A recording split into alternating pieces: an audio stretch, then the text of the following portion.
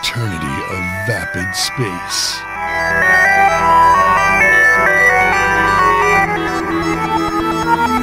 Doomed to wander the galaxy.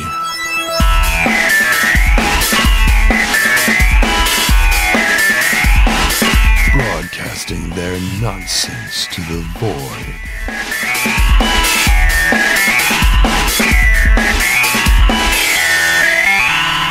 This is StarCast.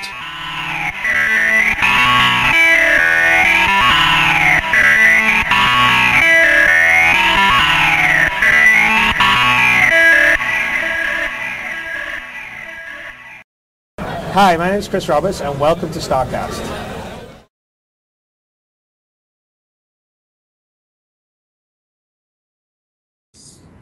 Hello, everybody. We are live.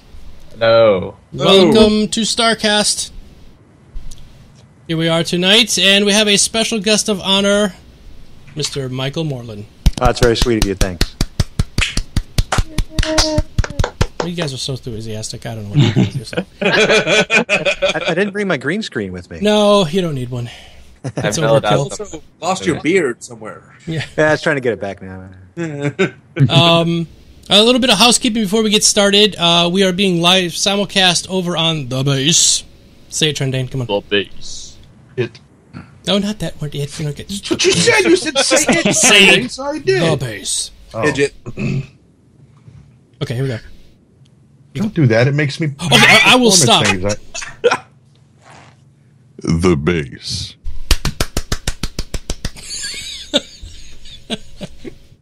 Yeah. And so, also, tonight, we're doing a giveaway. It's going to be a VIP-only giveaway. I know you guys hate that, but it's the way it works. It could be a VIP bronze, silver, or gold, so any of those. And we're giving away a 300i. Yeah. And so, also, tonight, we're doing... Rico just was playing me back in my own head. What? So that's what I sound like. I could have sworn I was like Sammy Davis Jr. I thought I had that kind of vibe. It's so close. Yep. Mm-hmm. Now your life is ruined. Fix it. It's all good. We'll get it. So the Q&A session that we normally do will still happen, but you guys are more than welcome to ask questions of Mr. Morlan, Michael. So if you want to put a question for Mr. Michael, just put in the bracket question like you normally do, but then you can put it right beside it like Michael or Mr. Morlan, whatever you want to put, and then we will ask the questions of him when we get to our Q&A session in a little bit. Sound spiffy? I think it sounds fantastic. Oh, shoot. I forgot to turn off the bank heists. Sorry, everybody. You always do. I always do, and I'm turning off the arena as well. Sorry. Stop playing games in the channel, damn you. All right. So, damn it, people, we do a show. We do a show. We do a show. I'm going to cry. Mr. Morlan, good evening. Good evening. So, could you give us, a lot of us here are heavy-duty Star Citizen people. We know all about you and everything, but could you give us a little bit of a background on yourself, how you got involved with Star Citizen? Oh, let's see. Well, that goes back to high school. Mm-hmm. Actually, Eric and I met in summer theater in high school at a little theater that they did a summer program. That's how we got to know each other. And then we didn't see each other for years and got back together just by accident at Origin Systems. And he had gone on his own life and I had gone on mine through a variety of careers. And I was sitting in the break room and some guys were playing ping pong behind me and I heard this voice go, "Oh, damn." It's like, it turned out to be Eric Peterson. That's how I ran back into him again. 2-3 companies later, I've worked for him a couple times now, and we just kind of connected again on Star Citizen after the big successful opening $6 million fundraiser. Right. And what did they bring you in initially to do? Well, I was hired ostensibly to be a project manager and to help Eric with this little show called Wingman's Nuts. Wingman's Nuts, right? Yeah.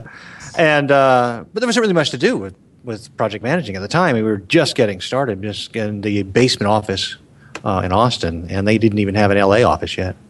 So I just kind of started helping kind of bring up the production value on Wingman's hangar, and I just kept doing that instead of project managing.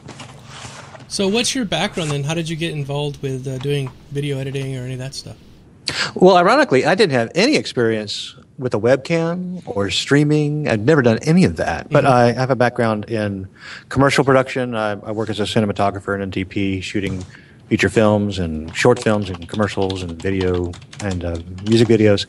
And that just sort of translated as far as being able to deliver production quality. And then I was jumping into a new space here. I was doing like a television series. So I read a good book on show running and just boned up on all the means of streaming and creating a good show and YouTube, how to create a good YouTube show and just kind of got into it that way. Awesome. All right. What we can do is, before we continue on with Mr. Morlan, why don't we talk a little bit about the news tonight as far as like with Star Citizen goes? And then if you have any input on that, you can by all means jump in. Absolutely. And then we will start a Q&A session in just a little bit, and then of course you guys will answer questions, ask Mr. questions, Mr. Morlan. So yeah, great. Thank you so much for being on our show, and you have a project that we can talk about in a little bit too, which is pretty exciting. Yeah. Okay, so what's going on with the news, guys? What's happening with around those verse here? I see what you did there. Saw what I did there? What did I do? With the thing. With what Around thing? first. You said around the verse. Oh, you see what I was Wrong doing? show. Different show, completely different show. It was so subtle, even he didn't realize he was doing it. Yeah, right. I like the new logo. You like the new logo? Is that I like the new logo. Remember, they said they had like 3 they were going to cycle through. Mm-hmm. Yeah, the one they But I lead like with the is main one that Disco Lando made. I like Disco Lando's logo. Yeah, it's kind of nice. Kinda Retro good. future kind of look. Mm-hmm.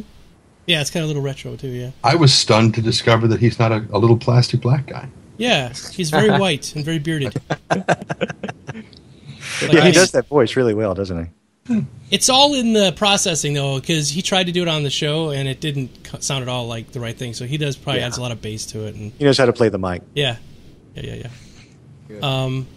So what do you guys think? Last week we said, all right, Ben, big fella, he needs to not be sitting on a couch next to little Sandy and sitting 5 feet over the top of the person they're interviewing, right? Yes. And Staring down at them at them like, menacingly. I'm going to crush We used you. to always put him on a low rolling stool, get everybody leveled out on our show, so Right. he would quite dominate the space. So you understand it, obviously, but apparently whoever they have now didn't really quite get that. And so we mentioned it last week, and then sure enough, now they have the Wingman's Hangar alternate desk, I guess, there. And they're sitting at that. What do you guys think? I think it was kind of cool because it was suggesting that we directly made, and it seemed like it showed up on their show. That's always nice when they're listening. I think that's always been sort of the thing that we did, where we're constantly watching even during a show, we were watching the chat rolls assiduously and getting a sense of what people liked and what worked and what didn't work. And it was a great way of getting some immediate metrics on the show. And I'm sure they're doing the same thing. Well, that's good. Yeah, they will probably rewatch this. I know that I know Ben has seen it before, and so hasn't Mr. James Pugh. Yeah. Yes, sir. So what did you guys think of the new show? Have you been watching it? Yep. I watched the latest one. David Corley. No.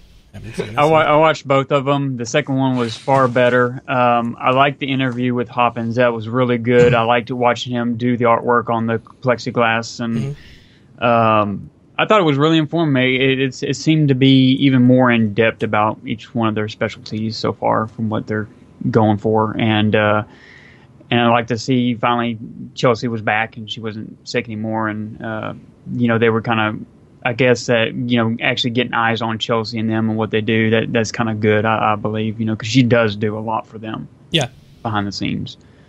Let's see here. What else did they do on this one? Other than sneaking in a little bit about the Scout going on sale. They sneak some pictures of that, and then It's kind of hard to get a scoop before them. Yeah, and then I like the interview that they did. What was that new gentleman's name that used to work with Chris? Tony? Yeah. Tony Zerbeck? Mm-hmm. Yeah. And that was a good interview. I haven't watched the long version. I really want to watch the long version of it. But it was a good interview about what he's all about, and I think he will really make the persistent universe's economy shine, I think. I ask a question here that I don't know. Let's just talk about it. Michael, if you want to chime in, you can. I've been noticing, and this is some backlash. Remember when Dan Giesling sort of came on, and everyone sort of like really got angry with him? I've been noticing some like severe backlash coming around the web, just looking at Reddit and some other comments in the forums, that people are just really upset that Wingman's gone with Wingman's Hangar. What are you guys' thoughts? I am not at all surprised. The communities on the internet are so fickle because we had huge waves. I mean, I would, again, much like you, Michael, would be sitting watching the chat roll while the stream was going out live of Wingman's Hangar, and they'd be screaming, "Why are we wasting money on this? Why is it blah blah blah?" People are talking about how the show has no purpose, no function, and as soon as it's gone, now people are screaming, "Oh my God, can we please get it back?" Fickle. Well, I think fickle. It might not be the same people yelling. No, it's not. It's not. Go ahead, Core. No, sorry. All I wanted to say was it might not be the same people yelling. Yeah, that's what I was going to say. There's a spread spectrum of response, and usually we get the very ends of that response are the most vocal. Mm-hmm. So and everyone in between that enjoys a little bit of both, they stay silent. They just enjoy the way Yeah. And so it's we always kind of took the feedback from the chat roll with a grain of salt. Usually we would watch both the RSI chat roll and the Twitch chat roll at the same time, and there's a little different character to each of those. Right. People were a little bit more vocal on the Twitch chat roll than they were over on RSI. And then the YouTube comments later on. Sure, and those are always good too, and most of those were for the most part positive. Even critical review was at least useful to us rather than just being a flame of some sort. Yeah. So I always kind of really enjoyed the community's response, and sometimes we'd put on a new segment that they didn't like. Like I remember Hot Topic was one we did, and we did that with Brittany, and just didn't fly. People were like, yeah, no. So we went on. We killed that one, and in fact, we did a shtick where we threw the Hot Topic opening stinger and then smashed it with a redacted and brought up MVP for the first time. So he was one that stuck around. How do you guys deal with such a diverse community as Star Citizen is? I mean, you have a group of people that are obviously very passionate, and then at the same time they're actually very monetarily invested. I mean, most of the people in this chat have several ships, so I think all of us do, and Clifford has 2 or 3 completionist packages. So how do you deal with groups of people that are not only invested in it as the game goes, like a normal gaming community would be, but you also have that financial backing, so what they're saying actually should hold some weight like an investor would? Well, I think the big challenge is how to both treat people as a group, as well as respecting those who have become deeper invested than others. I think the big challenge is this is a community. That was a community show, and the one I'm getting ready to do is a community show, and Around the Verse is a community show. So it's kind of hard to listen to the outliers, no matter how vocal or however invested they may be. Because you start pandering to one extreme or the other, and suddenly you don't know what your show is anymore. So you kind of have to find a center place to and just stay with that. And people will either gravitate to the show or they won't. Yeah. All right. So let's talk a little bit about what's coming up for this weekend. There's supposed to be a super duper sneaky sale that everyone knows about. Of course, because it's a secret. It's a secret. Yes. Well, the first open secret at RSI. Exactly. Does anybody know? Anyone want to say what it is? I think, if I remember correctly, they're giving away. Everybody gets a Bengal with LTI. Yes. Actually, an indestructible. You get a bagel, and you get a bagel. I thought it was a bagel. It's a bagel carrier. Oh, Everybody look, be like Oprah. Everybody look under seats. You get a bagel carrier with keys. With keys. I think by the time they're done handing out Bengals, they'll be extinct. Probably. Yep, probably. It's supposed to Bad be joke. the Xi'an Scout coming up this weekend. So we just did a fundraiser for some Madman Moose, and we had 2 of them that we gave away because they were super ultra rare, and now they're back. So Well, They were still rare though, Joe. I mean, they had LTI, I guess, in comparison. That's true. To ones. Yeah. Yeah. That's true. Oh, I'm not saying it's bad that we gave them away. It's just that it was only a couple weeks ago, and it's like we're already at the point where it's back again. Well, actually, it wasn't a couple of weeks ago. It was back on November 26th, wasn't it? No, for the Madman Moose thing Oh, right. Sorry. that we did to get the fundraiser. For him. Oh, right. Yeah, I get what you're saying. But yeah, the last time they went on sale was November 26th, which is a little while ago. Yeah, I'll look back at it. They were going for about $150. What is it? Anybody know what they are now? Is it around the same price? I think it's around the same price for original backers, anyway. So, you guys, if you want one, what we're saying is get one now, because the next time it comes back around might be Christmas or later. Yeah, they go on sale tomorrow. Yeah. Is it tomorrow only, or yeah, tomorrow? Well, they just said it starts tomorrow, so I don't know if it's just one day only or not. Mm-hmm. It'll probably not be one day only because they've had too many issues with one day only in the past. Yep. Well, I think now that they've actually visualized it and modeled it, I think it's going to sell a whole lot better. People are going to have something to really connect with that they didn't have before. Yeah. Mm-hmm.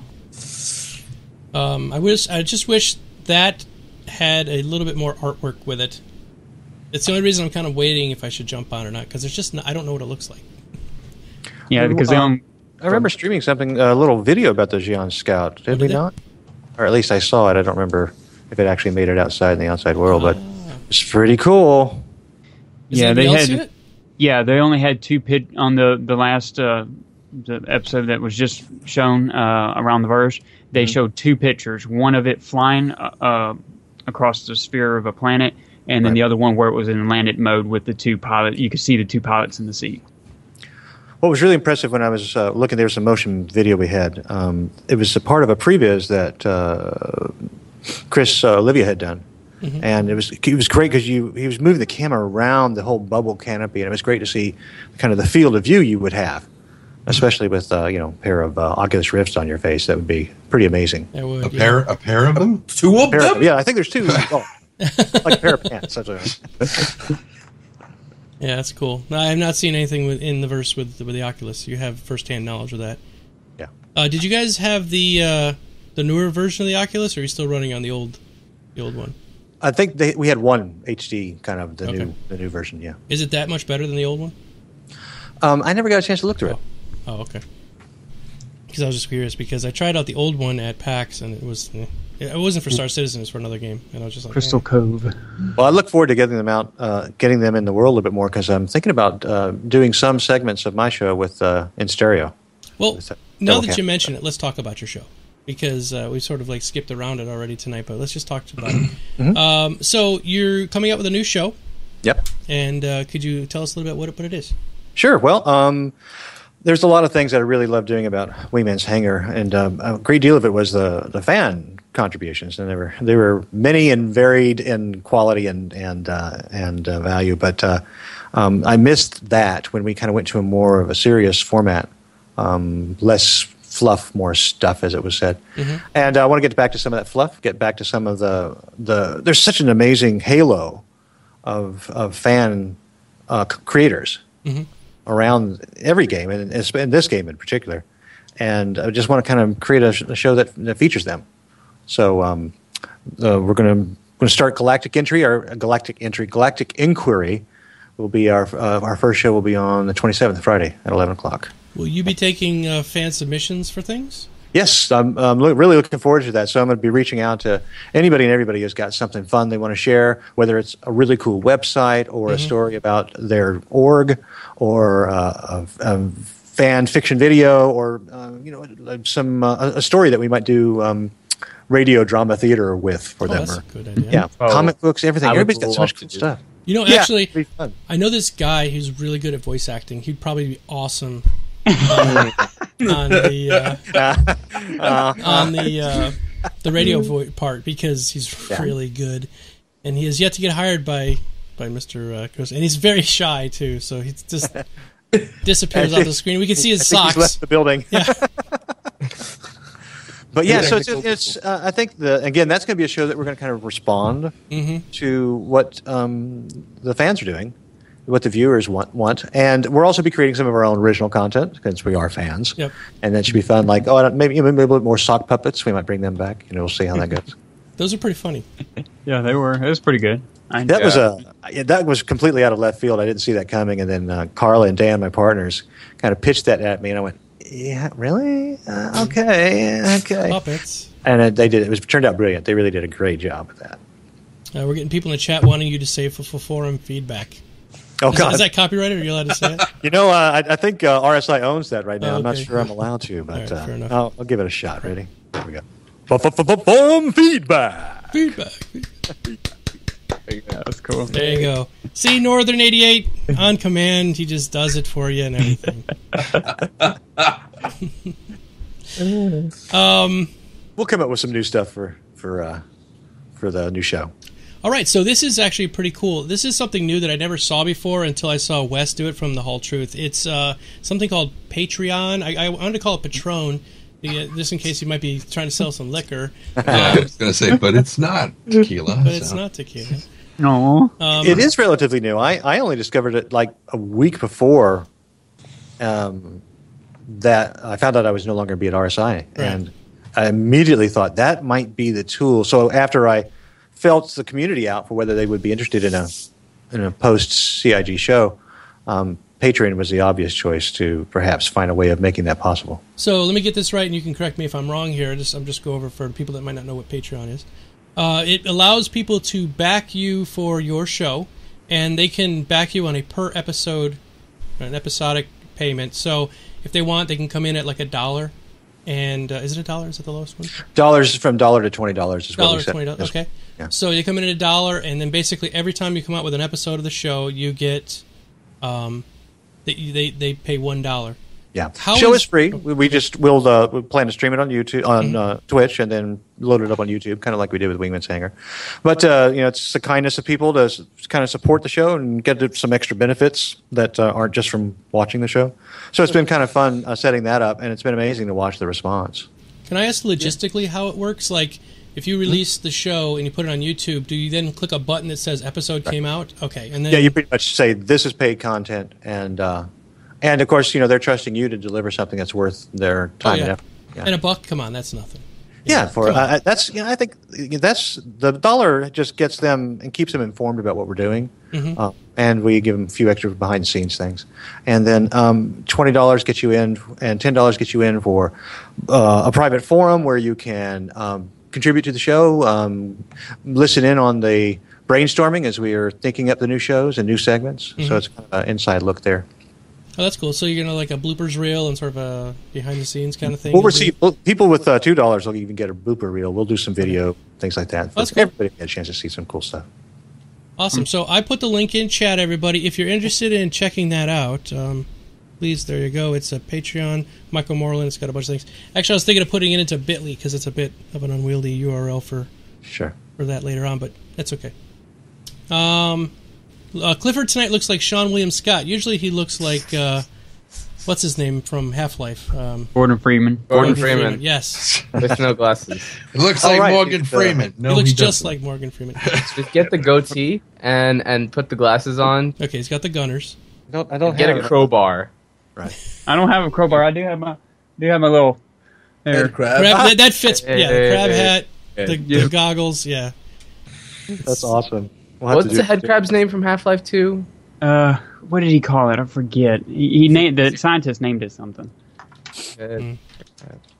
Oh, by the way, everybody, yes, Steam sale has just started. If you have not already heard, go get your stuff. Empty your wallet out all over the place. Look at Squirrel. Look at Squirrel. Half-Life 3 on Steam sale. Yes, right. Like he could even count to 3.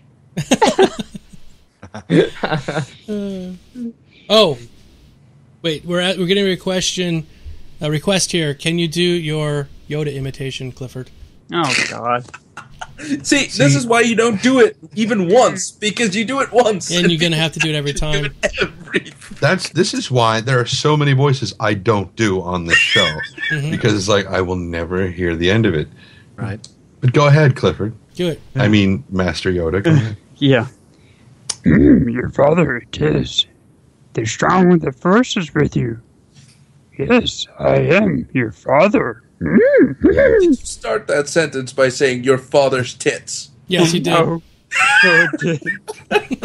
And given the fact that he your is father's your father, tits. That's disturbing. That is disturbing. Moobs. Never really imagined milking Lamar. Yoda. Moobs. It's Lamar. Moobs I must have. You would like them, you shall. Lamar, dance monkey. 1-800 Yoda hot. Hey, so, we're going back to our vapidity. We're the most vapid voices in the verse, according to some. Yeah. All right, so I guess it's a good enough time. We can start our Q&A session. Does anybody else have anything you want to talk about from this week? 10 for the Chairman. Did you guys see it? No. I don't know. Not yet. I saw the last one, not this Well, one. None of us are watching it anymore. No, I Well, the thing did. is, unfortunately, I've had an extremely busy week, Yeah. so I have lots to report from Imperium. But of course, nobody cares. So, What's going on with Imperium? we just rebranded completely. Oh, yeah? In the sense that we've got new logos and new new videos and stuff, and all that stuff just went out. So that happened yesterday, I believe, and everyone's really excited about it. But again, that doesn't really say anything for Star Citizen. It's just Imperium stuff going on, which is quite enjoyable. Now, I see Squirrel is going off. Squirrel is got his pants in a bunch today. He is like Mr. Grumpy Pants today. Well, in his defense, sort of, but not really. The first third of Wingman's Hangar was Chris talking about the flight mechanics. Now, listening to everything that he said, I completely agree that yes, it's a new mechanic. Guess what? You're not used to it yet. You have to get used to it if you're going to learn how to fly these ships properly. I promise you, if I stick you in a Falcon 9 rocket right now, you probably won't be that good at it. You eventually will be, but right now, no, it's not going to be that good. Now, however, I still agree with you, Geekdomo, that we need the one thing from Elite Dangerous that you and I both want is those lateral reaction control thrusters to be able to strafe. Clifford wants to, yes. Strafe is the most important thing there is, and it is absolutely ridiculous that it's currently stuck in decoupled mode. Yeah, I enjoyed the love of strafe back in Descent days. Mm-hmm. Yep. Those were when you literally just strafe around a room and take. There's It's crazy though. Yeah, there's no Newtonian reason that we should not be able to strafe. Well, you can, but you have to go decoupled mode, which makes your ship sort of like a loose banana floating in space. Yeah, but that's not that shouldn't be the one requirement for strafing, because you can still fire off your thrusters while you're not in decoupled mode. Mm-hmm. Should be able to, at least. Well, no. Chris actually made that quite clear in this thing, is that when you're not in decoupled mode, when you're, I guess, coupled, and you're flying and you're pulling, since you don't have an atmosphere to bank against, it fires these forward RC thrusters to push the nose up against the momentum you already have, thus kind of simulating a bank turn in space of sorts. But since those thrusters are already there, decoupled mode be damned. The thrusters are there. They are already used to simulate sort of proto-atmospheric flight. The fact that those are there, there's no reason that we can't use them, or there's no reason we shouldn't be allowed to use them in decoupled mode or not to strafe slightly. It'll make landing a hell of a lot easier. Oh yeah. Oh yeah. Yeah. Michael, have you been any kind of meetings about that, or have you heard anything in the background? Why they aren't? Well, I'm held to a non-disclosure, okay, and so I can't tell you that. But I've always been looking forward to a game that was Asteroids in 3D. Mm-hmm. Certainly, if you get into a great decoupled mode and can strafe and spin about and do a Death Blossom in the middle of the broken moon map, it'd be pretty amazing. Have you ever played Elite Dangerous yourself? Have I played what? Elite Dangerous? I haven't played Elite. No, I have not played that yet. Okay. Because what we're talking about in that is specifically they have a rotating space station. It's just like in 2001. Matter of fact, when I stream it, I play what's that song? The freaking the song from 2001. Yeah, but it's not. That's not the name of the song. I know it's not. It's also Alcyon. Zarathustra. Alcyon. No, it's not Alcyon. It's like somebody will tell me in chat. Anyway, so as it's rotating, you have to fly up to it just a certain way, and when you're trying to get your ship lined up horizontally and vertically, it's nearly impossible if you didn't have the thrusters. And so on the X55 or the X52 Pro, you can. Blue Danube. Blue Danube, yeah. I was thinking, is it the Blue Dankeschön.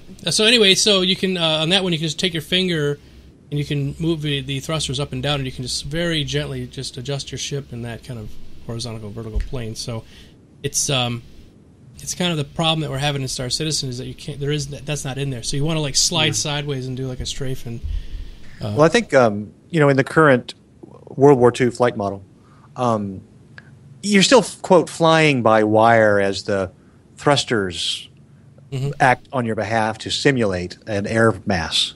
So it'd be kind of interesting to see what balance we find between pure Newtonian, out of control. Oh my God! If I can't possibly even stop my rotation, between that and the traditional kind of wing commander flight kind of mechanics. I'd like to see if they can find a place where you can allow that strafing space in the fly-by-wire space and still give you that extra access of freedom. It would be pretty cool.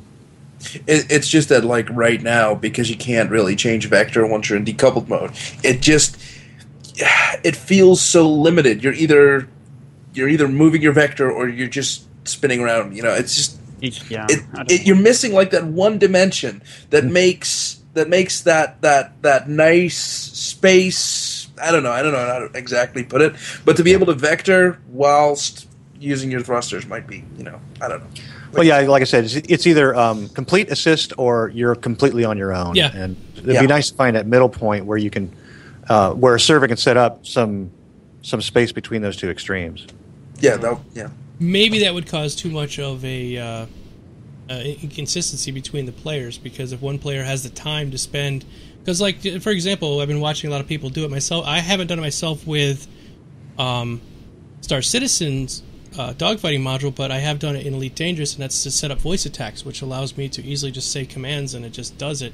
And that takes some time. You just don't. Well, I guess you could technically just download it and install it, but for the most part, it still takes time and it needs a microphone. And a lot of people are saying, "Oh my God, I don't want to have to talk to my video game. I just want to play it." But when you're doing that, it's just giving a player an unfair advantage that has the ability to do a microphone and take the time to set it up. Well, It's not a level playing field, is it? I mean, everybody's got different joysticks and different lag times, and so I think it's kind of cool that I saw that demo with the voice attack. That was pretty amazing, and I'd love to have that. It's $7. Yeah, it's like really cheap, a lot of fun. I've been goofing around with it, and Trendane's been goofing around with it. You guys have been using it too. Clifford has. Yep, I got it. Yeah, makes it a lot easier to go into decouple and like good stuff. I'll pass. I'm okay. It's just I like my buttons. Yep. I do like my buttons. Well, I mean, I use all my buttons on my Warhog, but it's still flat. Right now, I just find it really hard to pilot it with it right now currently. Yeah, the thing is, right, I come from mostly FPS games. I'm actually not that much of a flight game kind of guy, but I've always loved the concept of spaceships. So that when, Star Citizen came around, I was like, yes. But the one thing that I feel like I miss, and which is exactly what I said 5 minutes ago, was in an FPS, you have the ability to strafe around your opponent, which gives you an extra level of, control over yourself, your entity, your unit, whatever you're, currently in control of. And with the current Star Citizen, the way that it's set up, I feel like I'm either a straight rocket or I'm a spindly rocket, and I'm not. I can't go perfectly strafing around an asteroid to make those beautiful maneuvers that you would see in Star Wars, for instance, where they're already with their ass facing away from the asteroid, coming back around and doing the cool moves and stuff like that. Battlestar Galactica. Yeah, Battlestar Galactica. They never really strafed in that one though. No, well, they did the flipping thing that what's her name did. Starbuck. Yeah, thanks. Yeah. Well, going back to real flight mechanics, I mean, a helicopter is completely vectorable. I mean, you can still you can still imply air mass if that's the model that you like, and use the rotor kind of vehicle for that strafing model. Yeah, exactly. You illustrated it perfectly. That's exactly what I'm thinking. Like, if you have that ability at it, I mean, it just adds so much to a dogfight that previously was unthinkable because it was, atmospheric flight, World War. You had to keep a certain speed to stay in the air. In space, you don't need that. So having that ability would be awesome. Yeah. Yeah. I mean, this is space. You can do it for sure. Like, there's no physics limitation in doing that. It's just an engine thing, You gotta build it. And I think it would add a cool effect too. I mean, you're using your thrusters to go to the sideways, and with the awesome damage states they have, one gets damaged, then you're kind of it'll knock off your trajectory and give the other guy advantage if he's good. So I think it would add a new dynamic to it also, being able to have that ability. That's an interesting point you make, because that can also affect how you manage your shields and move them around to protect your flanks if you're moving in a certain direction. Yeah. So that's a whole other strategy you kind of deal with. Those damage states are pretty awesome in Star Citizen, I gotta say. Yeah. Chris Smith did a great job. I can't remember, there's some other people who helped build those, but he did some of the initial ones for the Hornet. Yeah, they're really Makes cool. me laugh to hear Clifford say that it's going to add another, dimension to the thing. And people are already bitching about how difficult it is to use the control scheme the way it is. And here we are talking about adding another. However, this other, dimension might actually make it easier. Sort of. Right, exactly. Well, I It'll make it certainly more wouldn't want to intuitive. go. I certainly wouldn't want to go to uncoupled mode in the middle of the Broken Moon asteroid field. That's just Chris instant talked about. death. Yeah. You saw what happened the moment Chris turned his back on the PAX East demo and smacked right into into an obstacle. And that'll happen instantly if you're trying to spin around and take out an opponent from behind you. Yeah, I don't. As far as when I'm dogfighting, I hardly use decouple mode. It's just too much of a crutch. All right, guys. Well, let's go ahead and get started with our Q&A time. Now, Michael, when we do this, these are written from the people that are in the chat right now. I've got no way to pre-screen them. We can screen them before we read them, but if there's something that you don't want to discuss or you're under an NDA or something like that, by all means, just say, let's skip it, and there's no harm, no foul there. We'll just move on to the next one. We have a guy named Cyberwolf in the audience who will probably write at least 450 questions, so we're not short on questions by any means. But everybody else, if you would like to ask questions, just go ahead and put the questions in brackets so that we can grab them. Bod's in the chat right now, and he's grabbing them and sticking them in the chat for us. And if you'd like to ask a question specifically of Michael, just put question Michael or something like that so we know that that's a Michael-only question. Of course, while we're going through this, he can answer these too because he has probably more knowledge of this stuff than we do in our vapidity. But maybe if... I wouldn't say that. Well, maybe if we're not able to... Maybe if you can't discuss it because you're NDA, we can go full vapid on it and just think what we think. So it all works Exactly. out. All right, guys, let's start our first question off. Trendane, would you like to read the questions tonight? I'm starting to pre-read them now. Very good. First question comes from Squirrel. I think I've heard of him before. Yeah, that's cool. His question is, why make a new set for Wingman's Hangar for only a few episodes? Well, we didn't expect it to be only a few when Chris dropped that amazing furniture on us. And we rented the space in order to give that furniture a place to live because it wasn't fitting in the office. We tried one episode in the office, you may remember, and the noise floor from all the air conditioning was so high, it was like 60 decibels when I read the meter. Just made it impossible. We got one of the lowest thumbs up, thumbs down ratings on YouTube on that episode because the sound was just so terrible. So that's why we rented a room and put the furniture in there and set up that paper cyc and hung some lights in the ceiling and called it done because we thought we were still going. We had not gotten the news we were done yet. Can I ask roughly? Can you give a basic breakdown of what each episode cost to make? Well, it was pretty much just my salary. Okay. It was just me producing it, so I was pretty much a one man band. And Wow. I guess if you also consider when some of the big packages, the news packages, came out of LA, they consider everybody else's time that was involved in that. So a few other man hours, but that was it.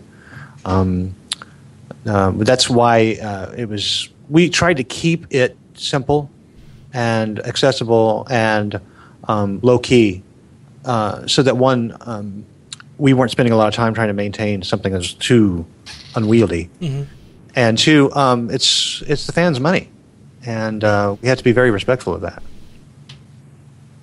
All right. From Malefic Gamer, why do you think Steam and CIG hate our wallets, or do you think they really like our wallets? I think the big challenge when we were working in the show in Women's Hangars, we never talked about the money, and certainly that's obviously a big looming aspect of everything we're doing. Where are we at now? 40s, approaching 47 now. 47. With the 47, and of course all of that was such a huge surprise. And I think Chris brings this amazing hat trick of his past experience, the trust that he can kind of gain from that, from Wing Commander series and all the things he's done in the past. That was just kind of the perfect fundraising formula that he put together originally, and he just keeps it up. That's the one thing that Star Citizen's done, I think, that nobody else has done, is they have actually evoked the magic of owning a spaceship. And I think that's why it was so clever to make the hangar module the first thing. Yes. So that people could walk around their possessions and kick the tires and climb aboard and jiggle the controls. How clever was that? It's brilliant. And so when we went to Gamescom and we had 1,000 some odd people in a room just cheering us on, it's because they were there to participate in that magic. And I think that's really central. And that's why CIG and Steam love your money, is because they're creating the magic for you. Yeah, go ahead. Sorry, Trinity. I was going to say something, but okay, I was going to wait and let you say whatever no, the it's thing was. okay. That you were I'll bring it up later. It's okay. It's something I was thinking about, but it doesn't really fit right yet. Okay. There's a question coming up later that it fits better with, so I was going to wait. All right. From Cyberwolf. Well, they just released the first pics of the Xi'an Scout and announced the sale this weekend. Statement, not a question. Yeah, no, However, the question that feeds directly into it is, what do you think, and are any of you interested in this crazy-looking ship? Oh, I definitely. Already got one. Already got one. I do not. I don't like to buy sight unseen, so I was waiting for them to actually concept it. Oh no, but I would have thrown it away if it was really terrible. It's just that when it still had LTI on it, I was like, if I truly don't want it, there's always Reddit. Michael, that brings up a good point. How many ships do you have? Is your significant other in the room? Oh, no, she's not here right now. So okay, when she's around, you've got one ship. I've got an Aurora. Just an Aurora that somebody gave you, and yeah, right. Somehow there's an award, a perk. No, I've got the Aurora, got the 300i. Can't remember which one. And I've got, of course, the Hornet package. LTI on the Hornet, which is good. I got that early. And I also got my hangar. I'm going to take a quick look at my hangar real quick. I don't remember. I'll take a look at my ships. Here we go. I just got the Freelancer MIS. Yeah, me too. I thought that was pretty damn cool. Got the Cutlass. Yep. And the Origin 325A and the Constellation.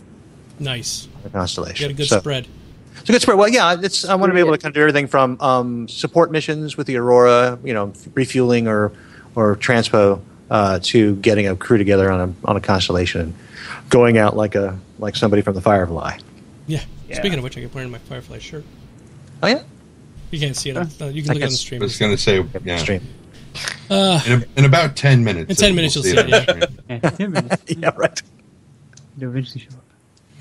From Frankie76. Michael, is the beard being back because of your poll? This is so weird, not knowing the context of that question. Because I was... Yeah, wow, that's I don't share that usually, but no, I did I set up an email sign-up list and included a poll about whether I should keep my beard or not. Oh, okay. So there's a lot of positive response in that regard.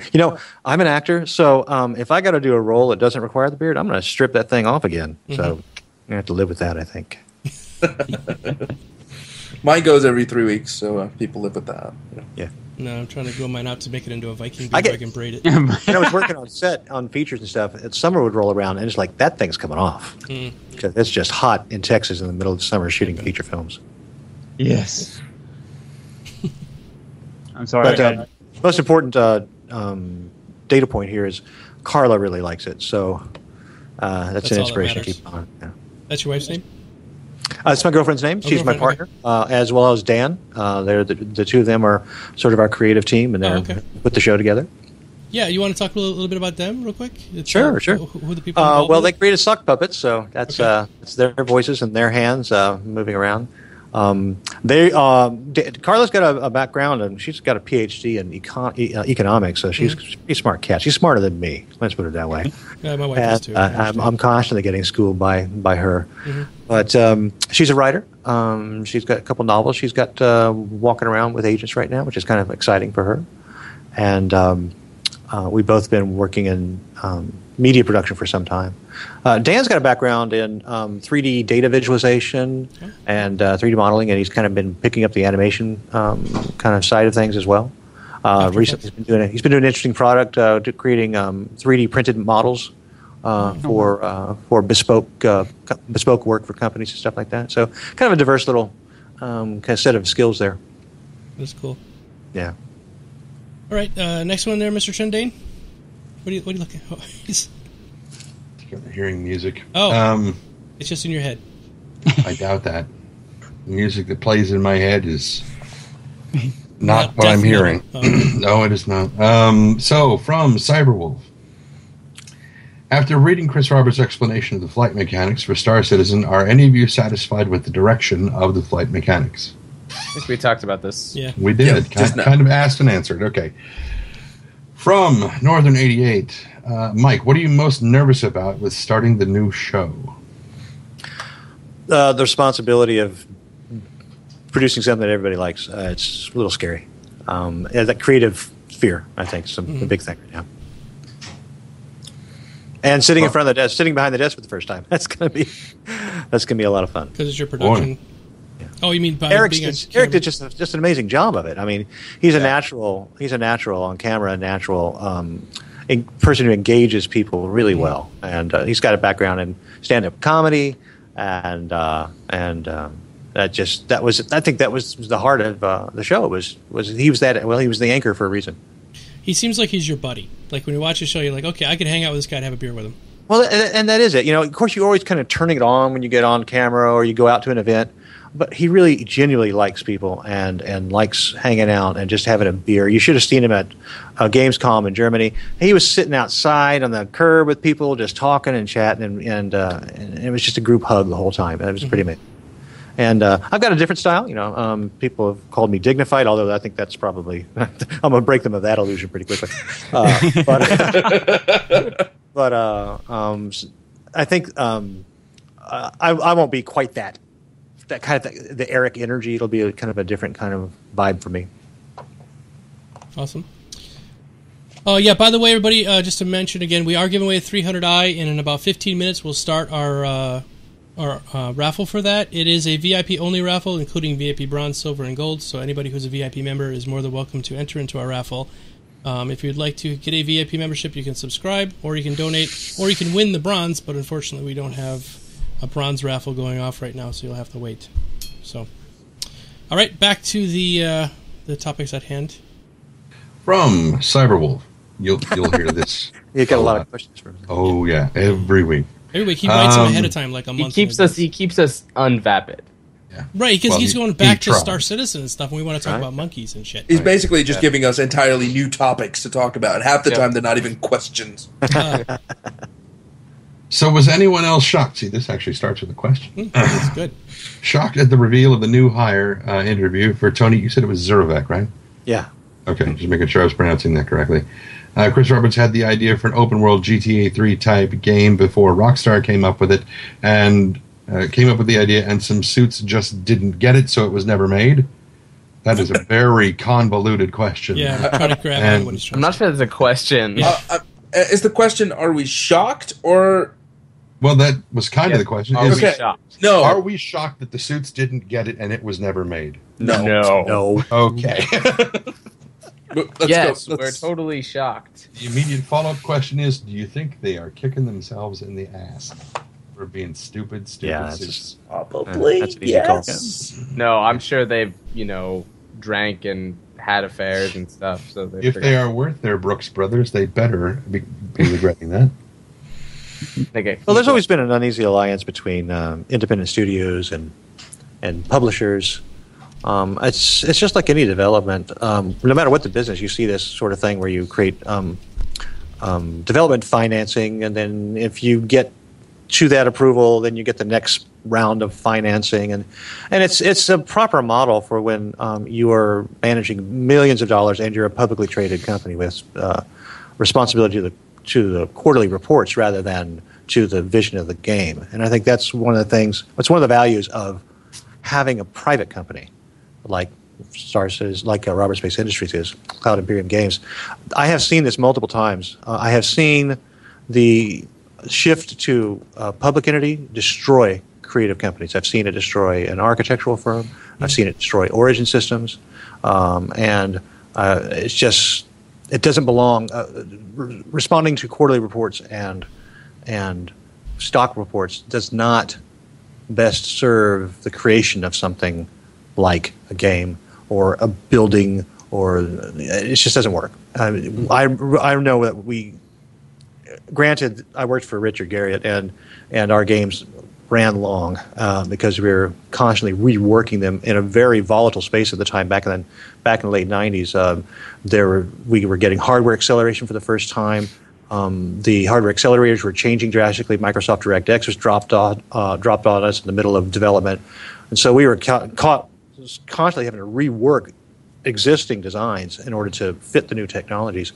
And but I think that because we were facing a quarterly report, we had to rush Ultima 9 Ascension out the door, and it wasn't ready, and it was full of bugs. Got a lot of heat for that, and that doesn't serve anybody. You have to respect people like Steam, who said, you know what, we're gonna put this out when we're ready, and we don't care what you think. You're the publisher, so what? We're not going to let you in the door until we're ready to put this on the street. So they have the clout to be able to do that. But now you know that Steam is just the people that dug this massive hole in the earth, right, all the way straight to the core, and are just dumping money into it. And when it finally fills up, then they might consider releasing a new game for us. Yeah. But I think everybody earns that privilege. Yeah, right. Based on what they've already done, and and get your shot and get to do it again if you do it well. Yes, right, exactly. So, what do you think of this new model? Like Chris Roberts just sort of has the all the time in the world to come out with this game, other than the fact that everyone wants something right now. Well, there's the danger, right? Now. Yeah, there's the danger. I mean, now you have no checks and balances, and it's kind of like the freedom that Chris was given or Richard were given back in the day. They had kind of proven themselves, and so they were allowed to run with stuff maybe longer than they should have. So I think the big challenge for Chris, and that's why people like Tony Zurovic have joined, is to kind of maintain some sanity about milestones and what you include in them, to have some really experienced senior people who can say, yeah, we can do this in the time we have in order to deliver this for a demo. Yeah. And it's not keep cramming new things into the last minute. That's the big challenge. Yeah. So, I mean, that's what I was actually about to bring up. The fact that, at least for indie releases, I know from what I've seen in the industry, it's good to keep people on sort of tight budgets and keep them kind of, I guess, a little hungry for that. Because in smaller development studios, it actually works out that people have a real passion for the game, and because the budget isn't millions and millions of dollars, the atmosphere is actually a lot more relaxed when it comes time for quarterly reports. So I guess in indie, that's why indie titles tend to have, even ones that are sponsored by these huge companies like Sony and Nintendo, they tend to be a lot more interesting and fun and creative, and they still have that kind of energy that you see on like truly independent releases. But on AAA titles that have $100 million budgets, because the investors are putting so much of their own capital in there, there's a lot more nervousness and a lot more stress and a lot more tension just around the idea of it being a product more than just a game or an experience. And there you go. Investors put money in to get money back. They don't want to, sit there for 5 years going, what are you doing with my money? Just get it done in 4 and get me the turnover because you're an investment. That's all you are. I don't care that you're a gaming company. You could be a solar power plant for all I care. Just give me my money back. That's how it works. That's how most investors are. And as it should. I mean, that's the backbone of our economy is is loans. Yeah. That kickstart new innovation. Otherwise, we wouldn't have anything if we couldn't borrow money. Yep. All right, you want to go to the next one there, Trendane? Sure. That was a good question. From Astrofury. We'll start with the PS. The PS is, Michael, I love your work, thank you. The actual question is, do you have one particularly fond memory from Wingman's Hangar? Oh, wow. There's so many. The best part about producing that show was each week we would sit down in an editorial meeting at the beginning of the cycle and just brainstorm what we were going to do. And the things that we had to throw away that we didn't include in the show because they just were maybe a little too edgy or too out there. That brainstorm was a lot of fun. Stuff you didn't even get to see was some of the best things. But on the show, one of my favorite things was got to be Mark Skelton doing the Hazy Thoughts. Yeah, right. and that was a big fan favorite too because it was just so out of left field. And it was one of those things that we created. I created it inspired by Mark's original interview that we shot, and it was his idea to shoot at a hookah bar. Oh, it was a hookah. Yeah, it was a real hookah bar called the Arab Cowboy in Austin, and the gentleman there who owns that is very sweet to let us come in there and shoot and take over a room. But so that interview went so well. I thought, you know what, this is Mark Skelton. I need to capitalize on that. So I kind of came up with this whole spin on Deep Thoughts by Jack Handy from the SNL. Yeah. Day. And so it was going to be the Hazy Thoughts. So we just kind of built a bunch of just created that character that he sort of portrayed and just built on that. And that was a lot of fun. That was one of my favorite things because it was fun watching the chat rolls explode when we would stream that piece in the show. From As Tricky. Did you do the post effects and title sequences as well? If so, what software did you use to make them? A variety of, I did all the graphics. Now, some of it I cheated now. There's some of those graphics were from libraries, like After Effects templates. Like for instance, the stingers in the middle, like for instance, Fan Focus and then Wide World News. Those were packages, and I would adapt them for the show. But I did the opening and closing graphics for all that stuff just by hand. The original background of all the World War II era planes flying through, that was just a piece of a looping stock image. And then, of course, I reworked it for later on when we replaced that all with hornets flying through the rain. But yeah, it was a combination of other people's work and my own. Sorry, real quick, everybody, interrupt. We are starting our VIP raffle, so all you got to do is it's only for VIPs, so VIP bronze, silvers, and gold. Go ahead, guys, dump in. This is for a 300i. It's not the package, it's just a ship, and I'll be giving it away to you after the show. All right, go ahead. They're lovely birds, like budgies. From Cyberwolf. Who's this guy, Cyberwolf? No, I know who he is. Never heard this name before.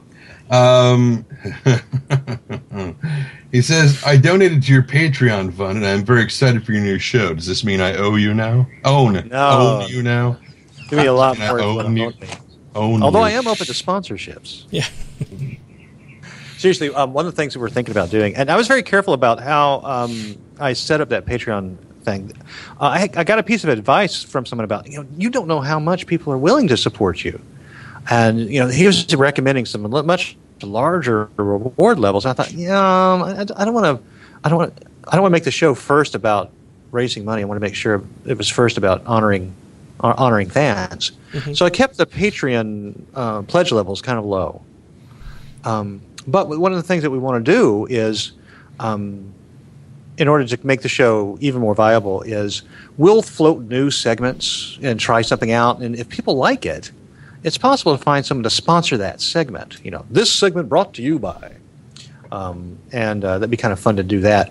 I'm in talks with someone about doing some hardware builds and tests, like building a great rig and just kind of going through the process. Because a lot of people, one of the high costs of entry to Star Citizen is knowing how to build a superior rig. And so I think that's great for all the people who grew up with Wing Commander and they're now moneyed and can dig into the guts of a PC, but not everybody has it. I think one of the segments that we could do is really kind of show what it takes down to the board level.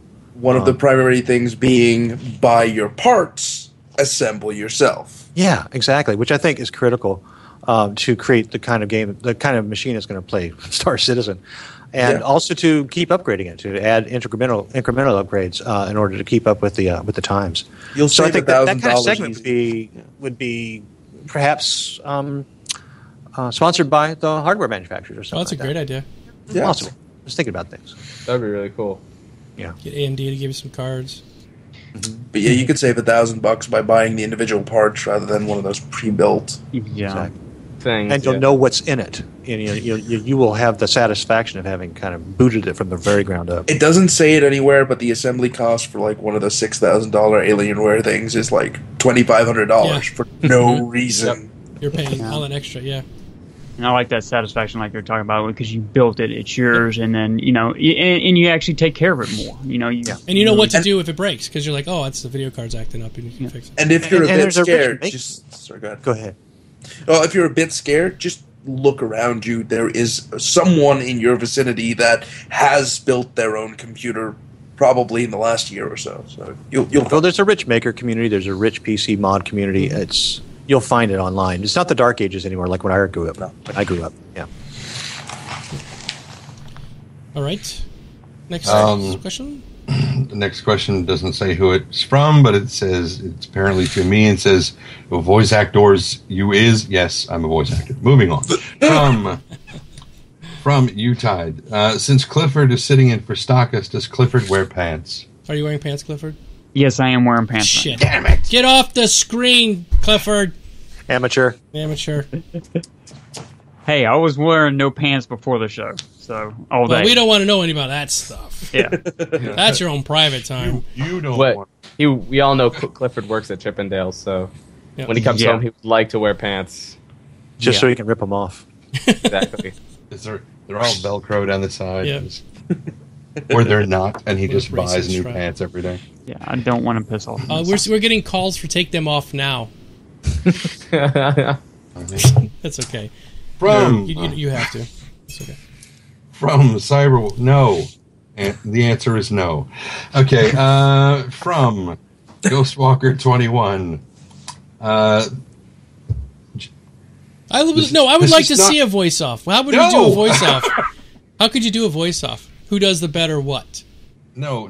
That's not what the question is. The question is, can Trindane and Michael have a voice off to see who has more voices? Oh. Are you a voice actor, Michael? Oh, yeah, I am so out of practice, but see what I can do here. All right. I'll just have to whip out my old demo reel, so I'll play that, right? Okay, here we go. One from Michael, then we'll go to Trindane, we'll go back. We'll go back and forth. All right. Well, of course, I'll bring out the one that I was using most recently. I'm Alistair Sinclair Fitzsmithy. Good afternoon, good evening, good morning, and good night. Trindane, go British. Okay, Mr. Fitzsmithy, I do love your show. It's especially... It makes me want to eat fish and chips out of a cement bag, however. I don't know why. They're paper anymore. It's just salt and vinegar, except we're replacing it with magnesium and potassium. I don't know why. Ooh, that sounds absolutely fantastic. That wasn't worth anything. I'm sorry. It's all right. You want to try again? All right. Here's something I did from a fun game that never saw the light of day because it was for the Gizmondo. Mm. And the name of the title was Hit and Myth, which was kind of a fun thing. I like that. Good morning, recruit. Welcome to the Arcane Department of Heroic Defense. Sarge. Go Sarge. What exactly do you people do here at this department thing of department redundancy department that you so valiantly claim that you have apparently peopled with people of peopleish stature?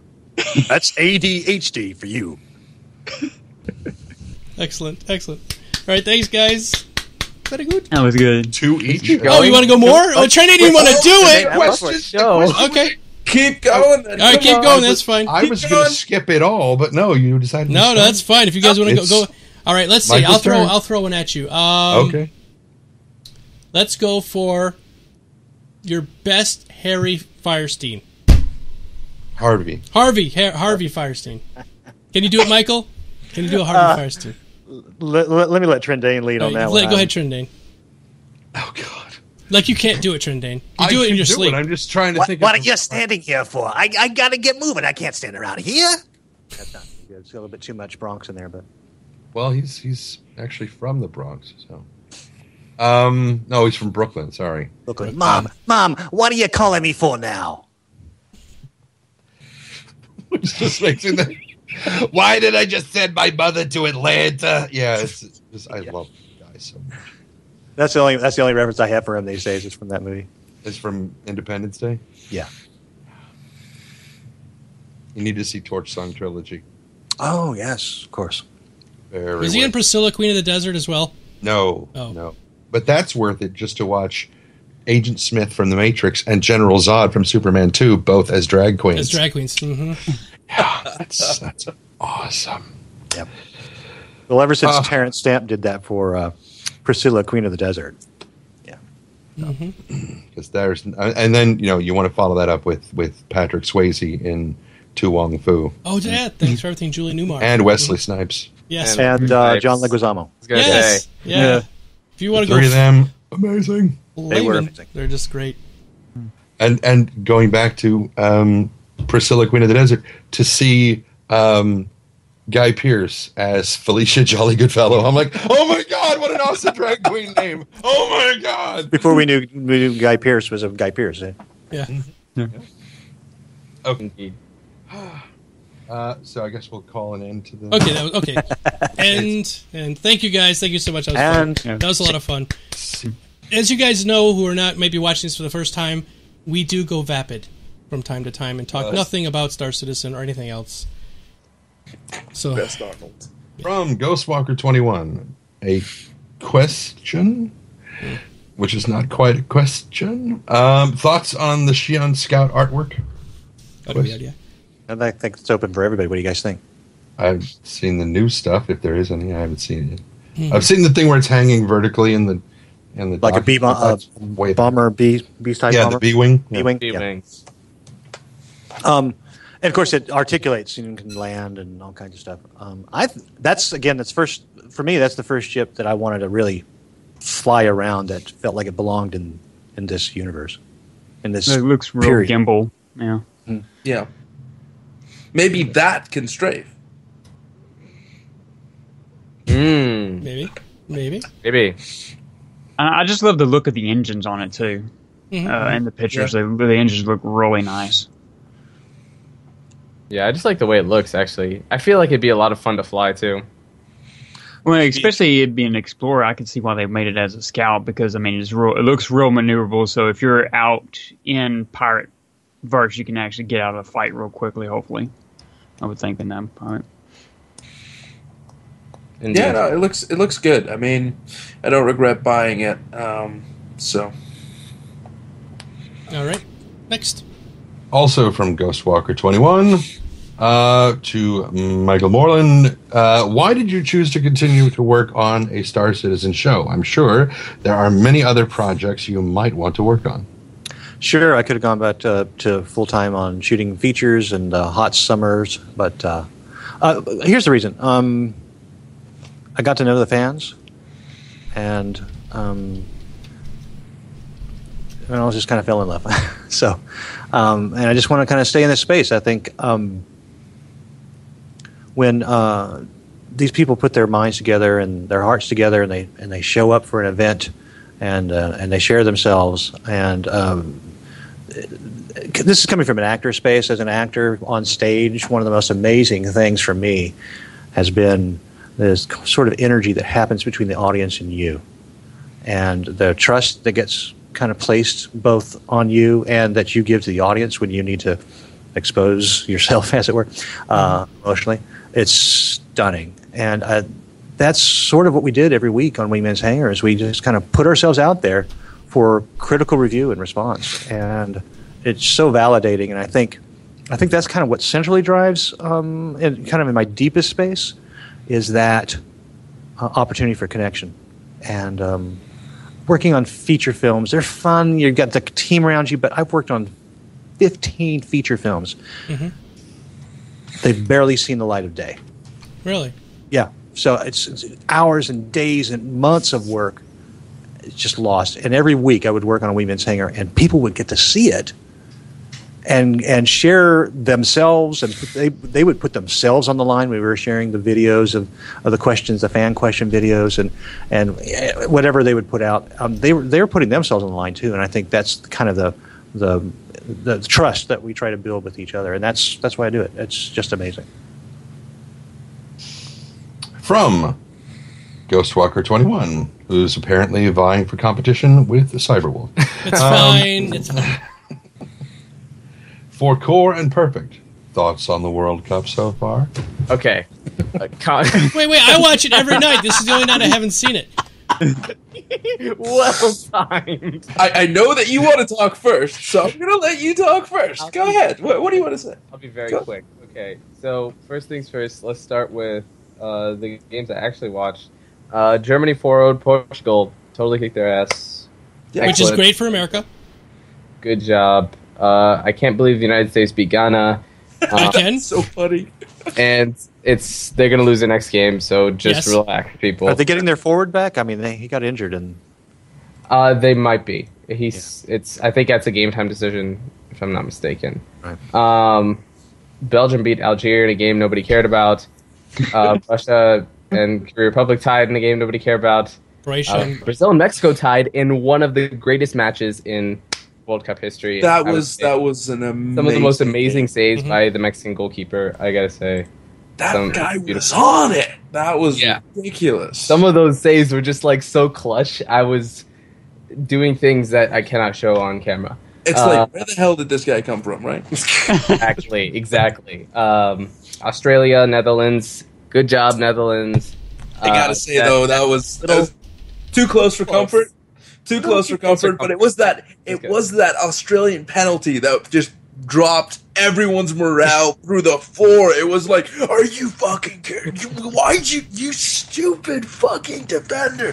Anyway, so yeah, that penalty was ridiculous, but came back. Percy just instantly with the rebound, with the save, and then that final you round by Depay, which was an amazing kick. That was just the effect to that kick was so beautiful. When you first see it, it comes straight down the middle, and then it swerved just a little bit. Enough. It was brilliant because you could see the keeper, right? Instead of having his arm fully extended to like reach for the ball, he pulled it back, and it was like, no! Too late. It was gone. Too late. That thing was split second of just that bad decision making.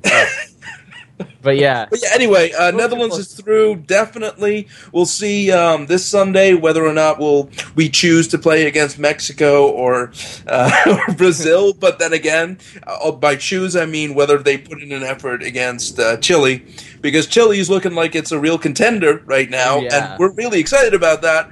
But we're wondering if Netherlands, depending on the Sunday game, is going to put in all their effort, or if they're going to say we don't mind playing against Brazil, because it's going to come down to Brazil and the Sunday game who they're going to be playing against. So it's going to be interesting.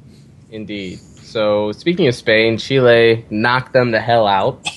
The reigning champions are gone. 2-0'd by Chile. Wow. Well done there. Yep. I hate Spain, so everybody. You hate Spain the country or just the team? Oh, I love Spain the country. Yeah, I was going to say Spain's beautiful. I've been there a few times. Beautiful country, but I hate their football team. So let's see what else. We should be talking about Sadaball instead, apparently. The thing is, if it's not World Cup, I don't care. I don't care about football. Oh, me either, yeah. It's like that with me with the Super Bowl. I don't give a damn about regular American football. But that's not where the best football is played. The best football is played in, like, the Bundesliga and, like... Yeah. But I don't care about those. It's just World Cup for me. Man. I'm sorry. All right, let's move on. We've lost like 100 people. I can keep going. I know, that's why I want to stop, because we could analyze this and that game. Let's move on. We could be vapid about other stuff. From either, I'm not sure exactly how to pronounce it. It is either Red1408 or Redone408. In either case, regardless of how it's pronounced. Who just joined the... Just subscribed. Joe subscribed, yes. Well done there. Also, real quick, we'll talk about subscribers. Thank you for... I guess what's his name? God damn it. Oh. God damn it. King Bull God. King Bull God just subscribed. Oh, yeah. Right. Yep. And also we just got a new woman has been added to the Bearded Warriors and Amazonian Princesses. Her name is Abrecht. Sorry. She's French-Canadian, and she just joined our Bearded Warriors and Amazonian Princesses team, and she just subscribed as well. So welcome, you new guys. She's French-Canadian? Does she know Rico? She might know Rico. They all know each other. They all know each other, just like, you live like Michael lives in Texas. All of us he knows gay everybody. guys know each other. All the gay guys know Texas. each other. Yeah, everybody in Texas. Texas is a tiny little state, sweet, small. It's a whole other country. Mm-hmm. It's a whole other country. Yep. Oh, Co's here. I'm from there, I know that. Hey, Co. Come again! Come again, Co Carnage. Everybody give Co Carnage a big hug in his face. No, Co is an amazing streamer, everybody. He's a great mentor of mine and also part of our Bearded Warriors team. Welcome, Co. All right, let's... playing some amazing... Skyrim. Well, and Skyrim, and wasn't he doing Fallout 3, yeah, Fallout. The no ranged stuff. I'm like, no. I would not play a no ranged. Yeah. Hell no. Okay. So from either Red One or Redone 408. Let's go with Redone. Let's go with Redone 408. How much of an advantage will players that have spent a ton of money on ships have over players who want to wait for release? I think none. They can only fly one of them at a time. Yeah. Right. So. And do me earning English. Will I owning a Starfarer help me out in the dogfighting module any better than somebody who's been playing with their Aurora the entire time? Probably not. In terms of skill and when you're in the same ship, they're not going to have any advantage. But if you want to make a lot of money at the beginning, something with a bigger cargo capacity, might get you in your role quicker than, not having that. And if that's your goal, then maybe, a cheaper ship might not always. Because, I mean, Chris Roberts just said on several occasions that different ships handle very differently. Because depending on where the engine is based, or where the majority of the mass is, or whatever, somebody who has bought a ship that is not yet available or won't be available until release, they will have had time to practice with it, get used to how it handles, how to fly it properly. Whereas somebody who's waiting until release, they may not necessarily have. But that, again, doesn't really have anything to do with the amount of money they spent, really. I mean, it does, but it doesn't. I don't know. All I was getting at is that, if for instance, if your idea is you want to be a trader and you don't spend $100 on something that has a little bit more cargo space, you're just a little bit slower off the bat when, you're just going to have to grind up until you get to the same level. Because when you compare in dogfighting, you're comparing skill that you experience and expertise that you build up, whereas with trading you build up the same experience and know-how, but if your ship is just capable of more, then it just and then also people who have these large ships, it doesn't necessarily mean that they have the advantage also, because you got to think, starting out you might only have a certain amount of UE credits, and the fuel, the maintenance, that you might have to start off with one of your smaller ships to build up your credits to be able to fly one of the big ships. That's where your LTI comes in really handy. You keep blowing up. And the guys with the big ships make a much tastier target. Yeah, that's true. Especially when they don't know how to use it yet. All I have to do is call DICE and say, "Hey, back me up, guys." We will. Yep. As long as nobody knows Imperium's not watching. Well, I have to go. One of the great things is, at this point, it doesn't matter whether you bought your 300i or your Hornet several months ago or now. Everybody's starting from square one. So we're starting with the same skill set, and the only as you were mentioning, the only difference is between the actual twitch skills and the flight sticks you're using. Yeah. Real quick pause. Co just subscribed again. Thank you, Co. But I wanted to make a little shout out. I'm sorry I keep interrupting the show for the shout outs, but Chris, who is a great friend of our stream, has an amazing fun guy to watch, just got his partnership with Twitch. Oh, congrats. So congratulations, man. Chris. Love you in the face, and you're a really amazing, fun streamer to watch. So congratulations, buddy. You totally deserve it. All right, let's keep going. Next question, please. From Ranger XML, this may fall very squarely into the can't answer that thing. Will the Xi'an Scout be released in the hangar, or even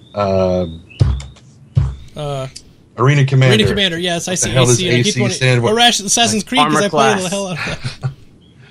I haven't a clue. Anthrocon, alternating current. What does it stand for today? Who has a clue? I have not a clue. You have not a clue. I guess you can't say.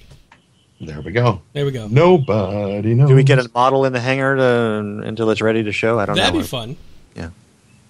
And they could do it very much like they did with the Next Great Starship ships. You can't get into it, but you can walk around it and look at it. Because they could do it like that. Or they could have it hanging up on strings, like the space shuttle in the Smithsonian or something. Yeah. Big strings. Very big strings. From Cyberwolf, whom we haven't heard from in so long in this thing. We already did that one. Yeah, we did that one. So, too bad. No, we did that one. From Rico, Nevermind. Yes, come on. Can we have a sock puppet called Tren? And he's a little gay sock puppet. Look, see, that sounds so gross. Little happy gay sock puppet. Oh, we'll have to put that on the show. That's what I'm saying. We done? Okay, yes, okay, we can move on. All right. Still thinking of sock puppet. Which is, I've done puppet. Where the hell is he? Because I've got my wolf puppet that I used to use on the puppet show that I used to do. Oh. And I've got my moose puppet that I used to do on the puppet show that I used to do. Oh, sorry, Nair. His name is Nair. And you hurt his feelings by throwing the moose. No, I didn't know. He's got no brain in right now because it's right here. Hair? No, actually, he eats pillows. Most, and just like, well, or socks, except for sock puppets, because that would be cannibalism of a sort. But like dryers eat socks. You know, just the left ones. Just the left ones. He's predatory moose. Well, no, he's a Canadian moose from Scotland with a Russian accent. Nice. And that's why his name is Nair. N-E'-E-R. It's Nair as in Nair, do that again. But his voice that's actually his full name is Nair, do that again. Anyway. So from Kimball, which is a question I didn't have a chance to pre-read, so pardon my stumblage. My stumblage. To Monsieur Morlan, did you say earlier in the stream that you would do a show in the VR world where we can sit in the same VR room a la David Letterman style with our VR glasses? Well, I didn't say that, but what I would do perhaps is set up a stereo camera on our show for a segment, and give everybody a chance to put on their Oculus Rift and enjoy that segment in 3D. Oh, that'd be cool. That sounds cool. Yeah, so not virtual, but live people in 3D. That's a possibility. It's something I wanted to do with Wingman's Hangar, but we never got a chance to. From Northern 88, what are you most nervous about with the new show? Sitting behind that desk. That's a huge responsibility, and just trying to be myself. Now, fortunately, I have Carla, who's going to be directing me and watching me, and helping me kind of not go off the rails. Pretty good. Sorry, email just came in from my dad. Oh, ding. What? You got a personal transceiver in your ear? No, it came up on my iPad. Popped up. What? But then I heard, I think, somebody tinking a bottle. Nope, Trendane, you're really losing it. Wow. You have to have had it before you that's true, yeah. So, question from, we decided it was redone, right? Okay, good. From Redone 408 for Core of Existence. Do you consider Imperium as sort of a space police? Not even in the slightest, smallest form of anything, no. Absolutely not. There is no mention of us, pretending or being space police. We're just our own sovereign entity that will continue to remain sovereign from everything until such a time that we choose not to be sovereign from something else. But no, we are not the space police. We are not the overarching justice hammer out in null space. We don't consider us anything like that. So we're, like I said, we're just Imperium, and you have a few rules. That's, as long as members abide by our code of conduct, there will be no issues. But we do have our own set of rules. Nice. All right. From goes what? In what order will the different modules for Star Citizen come out? Starting with the DFM, and you're already missing a couple right there. Yeah. Angar. Right. There's the hangar module, the org module, the there's actually a link for that they put up. It's a new little honeycomb setup that they have on the website now that you can actually click on each one. Yeah, I guess we're looking for, like, after the DFM, we go into our social module, right? That was I guess they need to start getting some persistent universe elements in there. Right. One of the things is our hangar doesn't actually update and stay the same. We can't move things around and have them return to that right now. So I'd like to see, our hangar be able to kind of. It's very basic stuff right now, but it's not like they're only starting to bring up some back end server kind of stuff right now. But I'd like to see the PU come up a little bit more robust. Yeah, I posted it in chat. The next one is Spectral Games testing. Then they go over there to first-person shooter status production. Then they got Squadron 42, Planet Side, and Persistent Universe in a round honeycomb shape. What are they saying they're going to do for Squadron 42? Right now, it just says coming soon when you highlight over it. Sure. I thought that would have been before. That stuff, I'm pretty, because they're going to release it episodically. I'm pretty sure that stuff is going to be closer to. They're going to release it episodically before the PU comes out. So I think that stuff is going to come closer to like the end of this year, into next year. Well, that's a lot of assets to build. Yeah. For Squadron 42 as well. Although they're designing it so they can reuse things between the PU and Squadron 42. But wow, that's a huge effort. And voice acting and motion capture and all sorts of other fun stuff. Yeah, that's a narrative thing. From Angry Peas. Angry Peas. Just how damaging was it for you to see your first... Let me start that again. Just how damaging was it for you to see your comic version? Of yourself. Good, he knows what I'm talking about. Excellent. Angry Peas featured me in his comic. At least you got the beard right, so I think we're okay. That's what matters, clearly. The beard, always important. From Northern 88, question for some asshat named Trendane. Has anyone ever said that you look like a guy from Storage Wars? Or Storage Hunters, or whatever the hell it's called? No, I usually get compared to the guy from King of Queens more often than anything. Kevin James? Yeah, I can see that. Okay, fine, whatever. I've never watched the show. I don't really know who it is. Well, actually, then you look just like him. You're identical. You need to watch the show. Okay. No, I don't think he looks like Kevin James. No, he doesn't. A little bit. I can see it a little bit.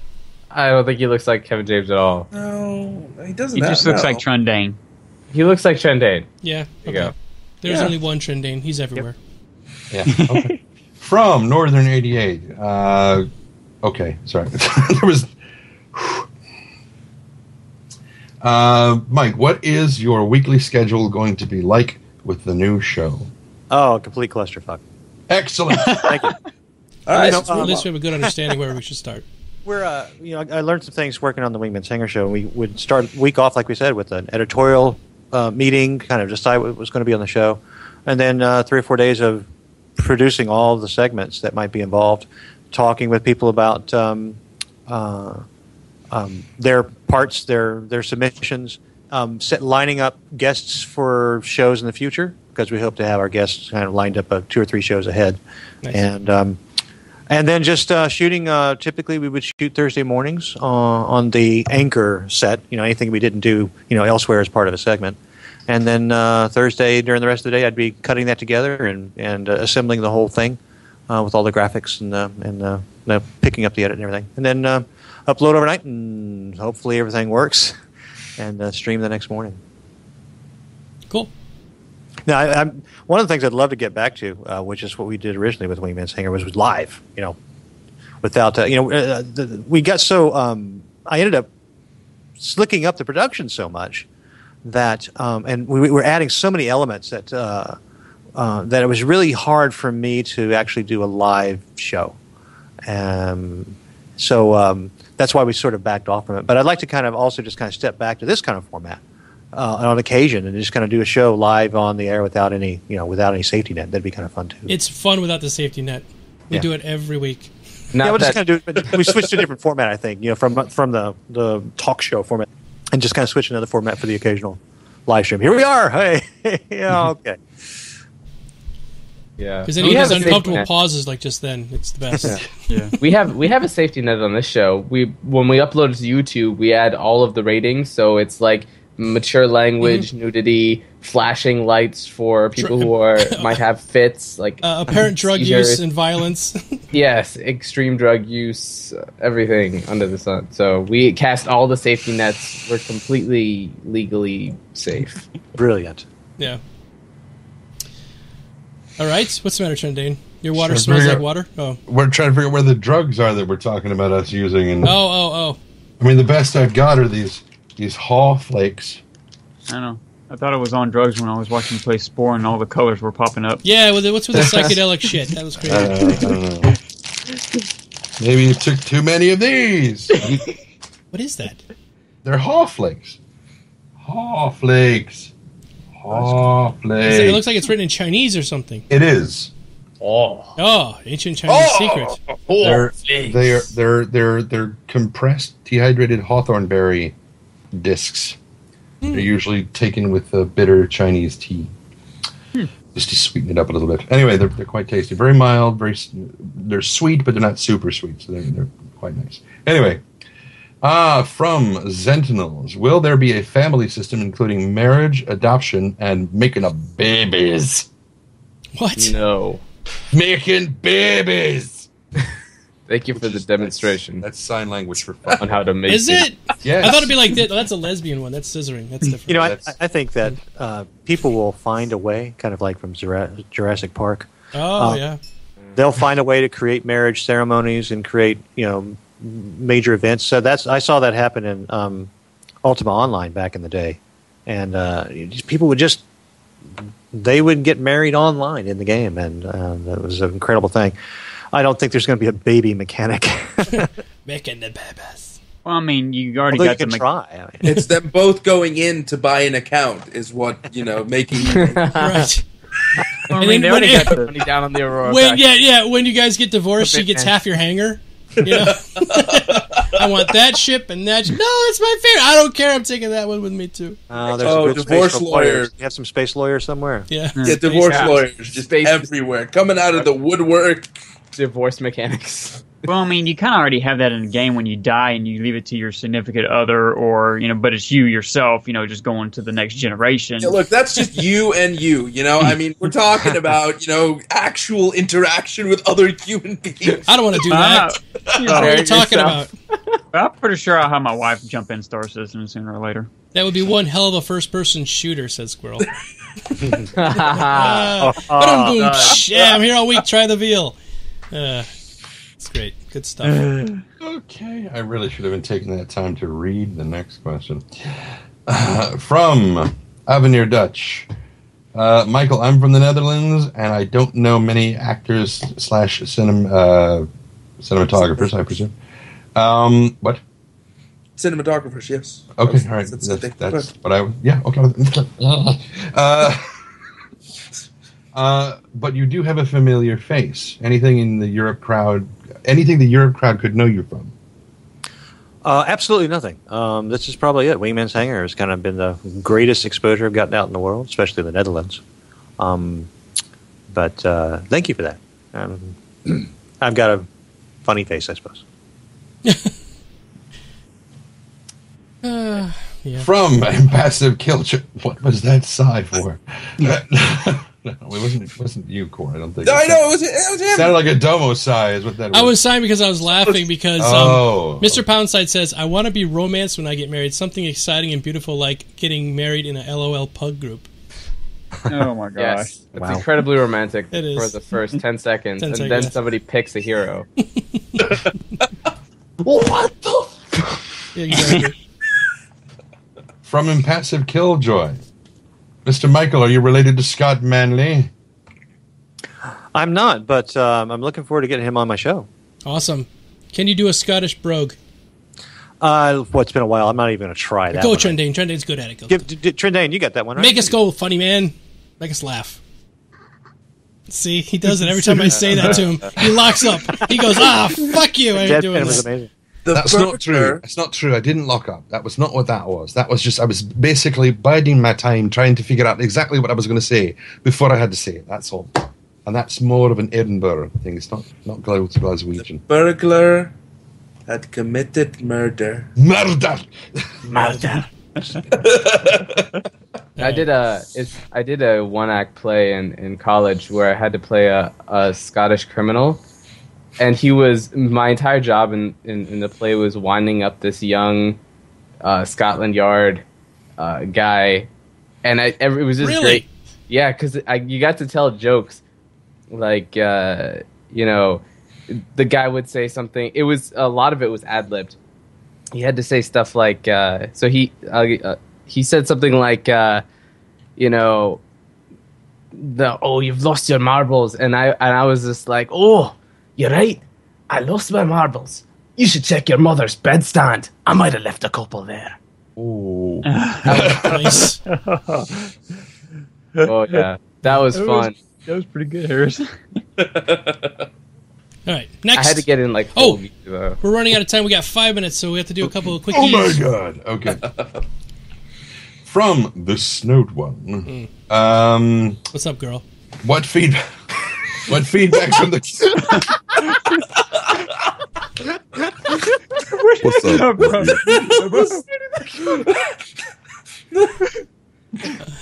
I understand. See, he doesn't know. Just I got the moves. The ladies, it is. What's up, girl? Okay. So, what feedback from the community do you think changed the format of Wayman's Hangar the most over the course of the show? Oh, that's a good question. Wow. Well, and there was always a little bit of again, we were talking about the outliers who were the most vocal about things. I think there was always a little tension between the fluff and the stuff. There's some people that just wanted this hardcore stats and details kind of show. And that wasn't us. I think people like Wes with The Whole Truth do a great job with that. And I think, in fact, we're looking forward to having Wes on our show for a segment. That's kind of the hardcore news. Good. So I think, remember, this thing all started out with just two dorks in front of a webcam and in a basement office. Mm-hmm. So anything we did evolved from that was going to be a good thing. I don't think there was so much. As I was mentioning, we would float a new concept or a new segment, and if it was really just panned, we'd kill it. But the format that we had come up with the kind of the news of the show, news of the game, and then some forum feedback and a news package and an interview. And at the time, there was also real space news. That was kind of we were working with that by maybe episode 6 or 7, and that kind of survived through the entire thing until we were kind of directed to kind of do a show about nothing but Star Citizen, and we lost some of those the more fun elements like space news, and Hazy Thoughts got kind of relegated to the tag at the end of the show. Can I ask you real quick? Can you give us some of the breakdown of some of the people that you're going to be having on? You said you're going to have Wes doing like a Hall Truth news thing. What else? Ken Shadow looks like he might be on the first show. We're talking with him about that. Okay, great. Just because he's kind of he's representative of the fan base that we're hoping to inspire to come produce things with us. Mm-hmm. I got an interesting interview set up with a couple girls from the YouTube Weird Girls channel. Okay. And Kelly Nova from the Weird Girls is a gamer and a cosplayer, and she's going to be joining us a couple episodes. And I just had a great conversation. I won't say with whom. This gentleman has a daughter who's just an amazing young lady growing up as a girl in this country, unusually interested in science and space and female empowerment. And I think that she's going to make a great guest to talk about her interest in games and her interest in science and space. I think it's going to be a great mix. And her father will be on there with us. And he's got a deep background. I worked with him at Origin Systems. And he's an amazing character as well. So I think that's kind of our first lineup so far. Awesome. Yeah, we love Ken Shadow here. He's one of our tribe members, and he's here on almost every stream we do. So, Brian's because he's here in Austin with me. So, that's great. I'm looking forward to interviewing some people from around the world. So, it's right now we're just kind of making it easy so we can have people in the studio with us. Yeah. But there's going to be a lot of Skype interviews and getting a chance to meet people. That's awesome. Yeah, isn't that great that you can go everywhere? I mean, right now, you're in Austin, Trendane's in California, Harris is in Chicago, Core's in Netherlands, and Clifford's in Texas. And I'm in New York. Houston. So. One of the things we'd like to be able to do is as the big cons roll around. I'd like people to figure out how to get out to them and meet some people again. Welcome to Gamescom. Yeah, Gamescom was so amazing, and it's not something that's in our budget right now. But that's big money over there. when CIG was paying the tab, it was easy to get out there. But yeah, I understand. But yeah, so we'll figure out how to go about that. All right, let's do one more question real quick for Michael, if you want to, Trendane, and then we have to do our giveaway, and then we'll wrap up because we're running out of time. Okay, well,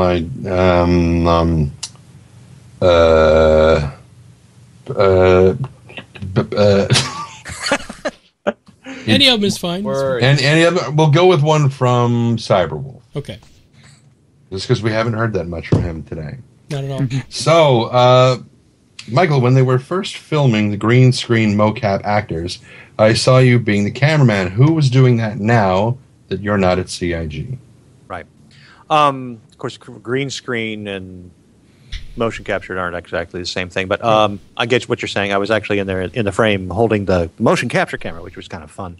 I got to do that on that because, I have a background as a union camera operator. So, anybody can pick that up. The cool thing about the way that the motion capture system, that full motion capture system is and then what they were doing with that session, in addition to you seeing me with the camera, is they can get all of the actor performances on one day or 2 days, and then they can come back with the camera operator and replay the performances and perfect the camera moves without having to do that with the actors. Oh, wow. Now, it's a little harder that way because you don't have the physical presence of the actors that you're working around. It's a little bit different. All you do is have them on the screen in the virtual presence.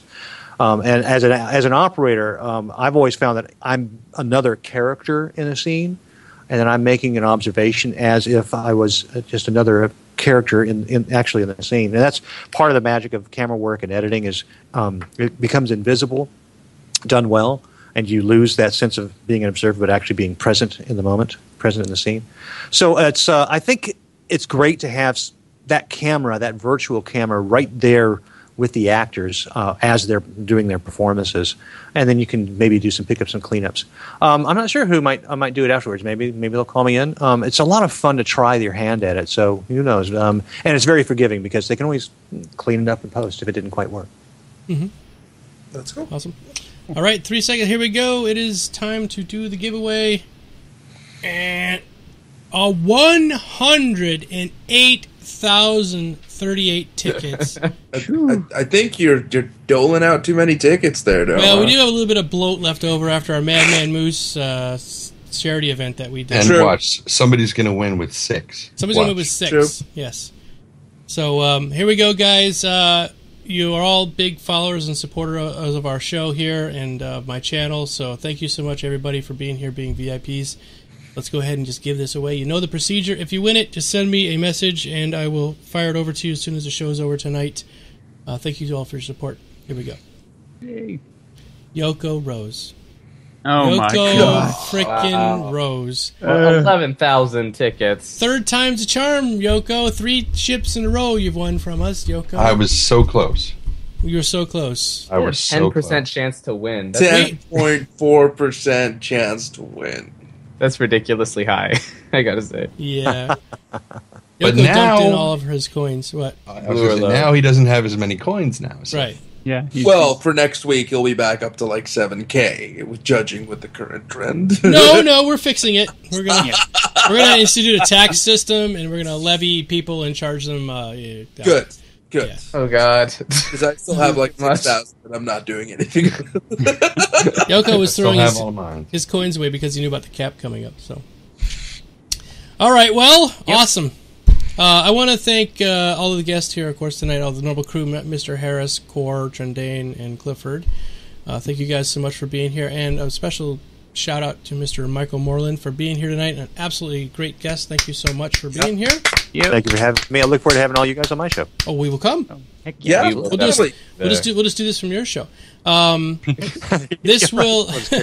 Okay. We can have I recorded this, so I'll just play it back on my show. All right.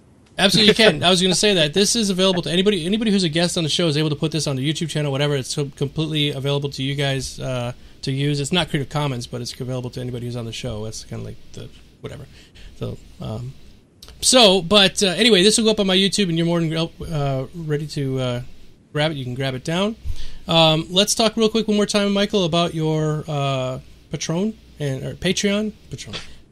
Sure. Patreon.com. Patreon.com. Go to patreon.com/Michael Morlan, and that's kind of our central place for where we're producing the show, where people have an opportunity to provide a little support, and we'll be doing a lot of our dialogue there and through related private forums. Did you see how many patrons you had earlier when we started? Let's see where we are right now. I'll just kind of take a quick glance at that. I think we gained a few on the show so far. Yeah. We're at 313 patrons and $1,463 per show. Nice. Oh, cool. It's a nice. Well, I think, and it's surprisingly we have the $1 pledge level, but surprisingly, there's a lot of people at the higher pledge levels. Mm-hmm. Because we're giving, I think it's an opportunity to be more involved in the production of the show, and some of the giveaways in the higher pledge levels include me doing custom ringtones and cool. Custom greetings for them. So, just for fun, we're gonna have some good time with that. That'll be fun. Yeah. All right. Great show tonight. Thanks everybody, and we will see you all next time in the verse. So, good night. Good night. Good night. Good night. See ya. Be careless. Bye bye.